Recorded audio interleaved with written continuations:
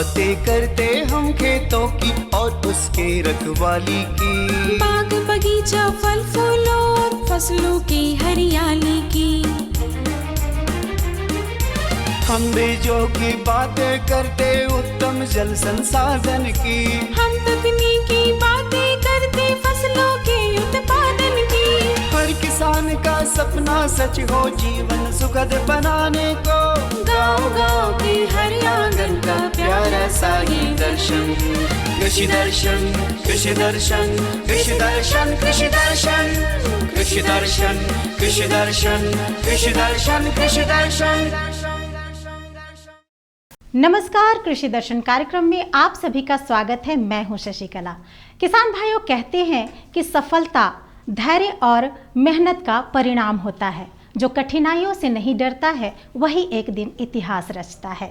जी हाँ, हमारे झारखंड के किसानों भाइयों में ये सब देखने को बखूबी मिलता है। हमारे झारखंड के किसान भाई कितना भी कठिनाइयाँ हो वे मेहनत करने में पीछे नहीं हटते। कार्यक्रम की शुरुआत हो चुकी है और जैसा कि हम आपको कार्यक्रम की जब शुरुआत होती है तो सबसे पहले दिखाते हैं कृषि समाचार। तो देर न करते हुए आइए देखते हैं कृषि समाचार।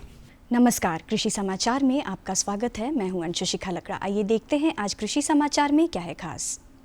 राज्य में मछली बीज की कमी को बिना हैचरी के करे पूर्ति। सब्जी फसलों में कीटों के प्रकोप से बचने के लिए जैविक खाद मिलाएं। मक्का की खेती के लिए अनुशंसित प्रभेद में लगाएं बिरसा मक्का 1। अब समाचार विस्तार से। राज्य में मछली बीज की कमी को बिना हैचरी की भी पूर्ति की जा सकती है। इसके लिए नर्सरी तालाब का उपयोग किया जा सकता है और मछली बीज को पूरा कर सकते हैं। इससे किसानों की आय में पर्याप्त वृद्धि होगी।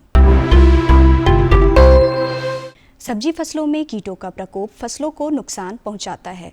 सब्जी फसलों में कीटों का प्रकोप कम से कम हो, इसके लिए खेत की अच्छी तरह जुताई कर जैविक खाद मिलाएं। प्रयास करें रासायनिक खाद का प्रयोग नहीं हो। यदि अधिक क्षति की संभावना हो तभी रासायनिक खाद का प्रयोग करें। किसान भाई, यदि आप समेकित कृषि प्रणाली करना चाहते हैं तो मुख्य रूप से सब्जी की खेती करें। खेत के चारों ओर किए गए घेराबंदी पर लत्तेदार सब्जियां लगाएं।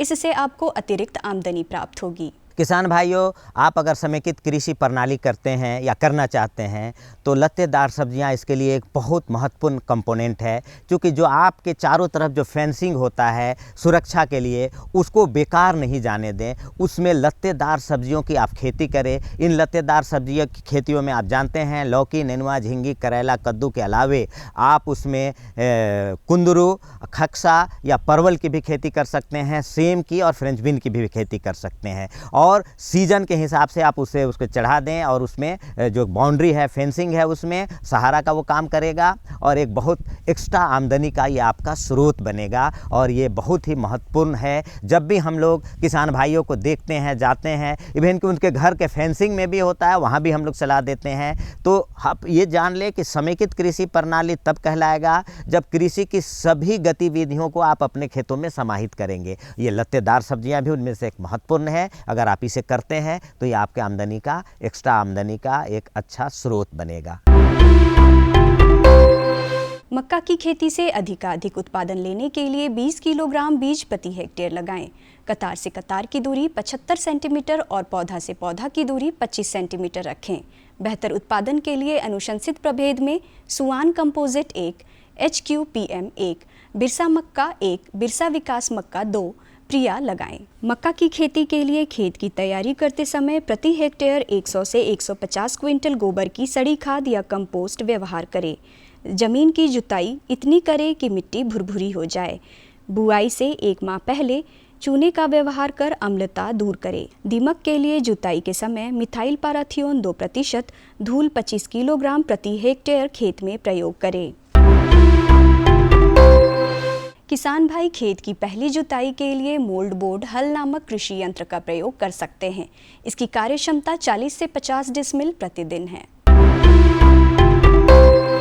आज की विशेष जानकारी है टमाटर फसल में फल छेदक और पत्ता छेदक कीटों के रोकथाम के बारे में। किसान भाई, यदि आप टमाटर फसल की खेती कर रहे हैं तो इस समय फल छेदक और पत्ता छेदक कीटों से सावधान रहें। इन कीटों के रोकथाम के लिए 250 किलोग्राम नीम की खली में 20 किलोग्राम DAP मिलाकर अपने खेतों में भुरकाव करें। और अब एक नज़र राज्य के 5 प्रमुख शहरों के मौसम के मिजाज पर। आज राज्य के 5 प्रमुख नगरों के अधिकतम और न्यूनतम तापमान कुछ इस प्रकार दर्ज किए गए। रांची का अधिकतम तापमान 39 डिग्री सेल्सियस और न्यूनतम 24 डिग्री सेल्सियस। जमशेदपुर का अधिकतम तापमान 41 डिग्री सेल्सियस और न्यूनतम 27 डिग्री सेल्सियस। मेदिनीनगर का अधिकतम तापमान 42 डिग्री सेल्सियस और न्यूनतम 25 डिग्री सेल्सियस। देवघर का अधिकतम तापमान 40 डिग्री सेल्सियस और न्यूनतम 25 डिग्री सेल्सियस। वहीं धनबाद का अधिकतम तापमान 41 डिग्री सेल्सियस और न्यूनतम 24 डिग्री सेल्सियस दर्ज किया गया। कृषि समाचार में आज इतना ही। अगले दिन अगले अंक में फिर मुलाकात होगी कुछ ताज़ा तरीन खबरों के साथ। तब तक के लिए दीजिए इजाज़त। नमस्कार, जोहार। अभी आपने देखा कृषि समाचार, मंडी भाव, साथ ही अगले 24 घंटे के अंदर मौसम के मिजाज को जाना। आइए यहाँ पे लेते हैं एक छोटा सा विराम। कहीं जाइएगा नहीं, क्योंकि विराम में भी आपके लिए संदेश है।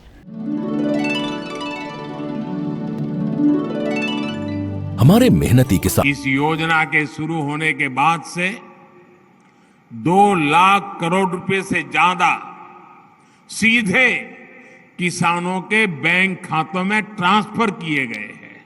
जब बीज लेने का समय होता है, जब खाद लेने का समय होता है, तो भी ये मदद किसान तक पहुंच जाती है।